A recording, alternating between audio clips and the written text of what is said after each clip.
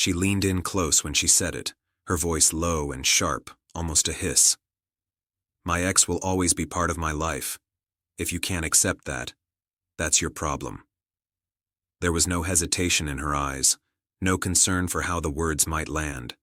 It felt less like a boundary and more like a threat, a warning that my place in her life was conditional and easily revoked. In that moment, I realized she wasn't asking me to understand her. She was daring me to leave. We had argued about him before. Late-night calls, private jokes I wasn't part of. Emotional conversations she claimed were harmless. Every time I raised my concerns, she framed them as insecurity, as if wanting basic respect made me unreasonable. I kept telling myself marriage was about compromise, about trusting even when it was uncomfortable. But standing there, listening to her choose him so openly, something finally snapped into focus. I didn't argue back. That seemed to confuse her. She expected anger, jealousy, maybe even pleading. Instead, I nodded slowly, absorbing the certainty in her tone. I saw how confident she was that I would stay, that I would bend again like I always had. She turned away, satisfied, already texting someone as if the conversation were over. For her, it was. For me, it was just beginning. That night, I couldn't sleep. Not because I was spiraling, but because my mind felt unusually clear.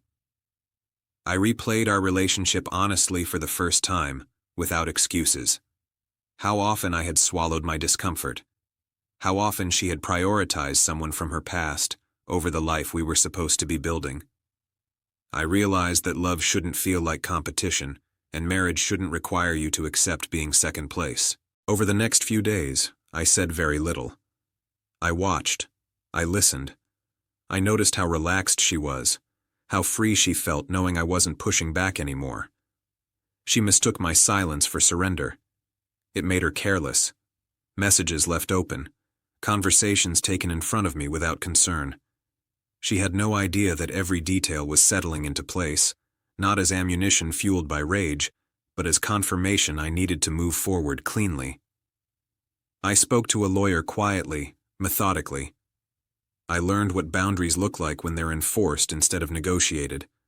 I gathered what I needed, separated what could be separated, protected what I had spent years building. There was no drama in it, no grand announcement, just steady preparation. The calm I felt scared me at first, until I realized it was relief. When the moment came, it was almost anticlimactic. We were sitting at the table when I told her I wanted a separation. She laughed at first, assuming it was another bluff, another emotional reaction she could dismiss. Then she saw my face. The color drained from hers as she realized I wasn't asking for understanding this time. I was informing her. She started talking quickly, backtracking, softening her words from days earlier. She said she didn't mean it like that. She said her ex was just family, that it didn't threaten what we had. I reminded her calmly of exactly what she had said, how clear she had been about her priorities. I told her I believed her. That was when the panic set in. She cried. She accused me of giving up too easily. She said I was punishing her for being honest. I didn't raise my voice. I told her honesty without empathy is just cruelty with better branding. I told her I wasn't asking her to erase her past, but I refused to live in it. She looked at me like she was seeing a stranger, someone she no longer knew how to control. The weeks that followed were messy in quiet ways. She tried to negotiate through guilt, through memories, through promises that came too late. Friends reached out, confused by her version of the story. I didn't argue. I let consistency speak for me. The truth has a way of settling when you stop trying to force it. What made her regret it wasn't losing the house or the routine.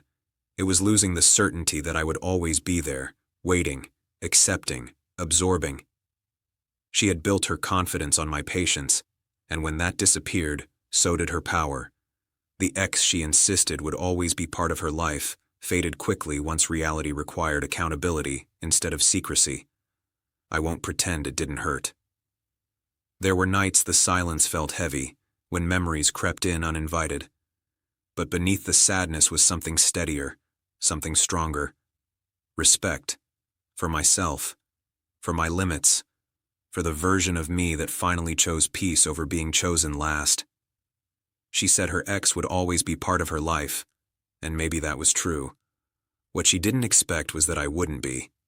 And that realization, more than any argument or revenge, was what she regretted the most.